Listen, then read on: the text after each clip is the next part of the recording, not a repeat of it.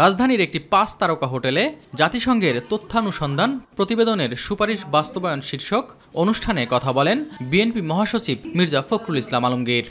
মঞ্চের সামনে আমার সামনে উপবিষ্ট সুধীবৃন্দ, আসসালামু আলাইকুম। এ সময় তিনি জানান, জনগণের প্রতিনিধিত্ব সম্পন্ন একটি সরকার এখন খুবই জরুরি। আমরা চাই যে সংস্কারগুলো যেগুলো খুব জরুরি দরকার সেগুলো অতি দ্রুত হোক, কিন্তু একটা জিনিস আমাদের সকলে বোধহয় মনে রাখা প্রয়োজন, জনগণের প্রতিনিধিত্ব সম্পন্ন সরকার এটা বোধহয় খুব জরুরি দরকার।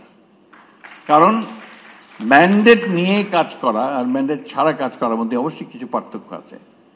আমরা আশা করি যে আমাদের সম্মানিত প্রধান উপদেষ্টা মহোদয়ের যে ইতিমধ্যেই জনগণের সামনে যে কমিটমেন্ট করেছেন, সেই কমিটমেন্ট অনুযায়ী দেশে একটি অবাধ, সুষ্ঠু, সকলের কাছে গ্রহণযোগ্য একটা নির্বাচন হবে।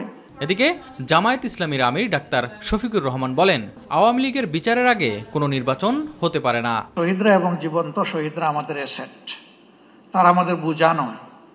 এই স্বীকৃতি আমাদেরকে দিতে হবে। আমাদের সম্পদকে মুখে নয়, বাস্তবেই সম্মান দেখাতে হবে। সরকার এবং জাতির পক্ষ থেকে সেটা যেন নিশ্চিত করা হয়। এ বিষয়ে নিশ্চিত করতে হলে 3টা জিনিস প্যারালাল চলতে হবে: বিচার, সংস্কার এবং নির্বাচন।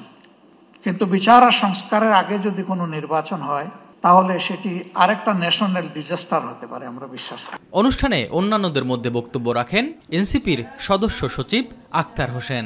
ফ্যাক্ট ফাইন্ডিং রিপোর্ট যেটা তৈরি করা হয়েছে তার আলোকেই বাংলাদেশ সরকার সঠিকভাবে তদন্তের ব্যবস্থা গ্রহণ করে যারা মানবতা বিরোধী অপরাধের সঙ্গে যুক্ত রয়েছিলেন তাদেরকে বিচারের আওতায় নিয়ে আসবে। এস এম আরিফ, মাই টিভি, ঢাকা।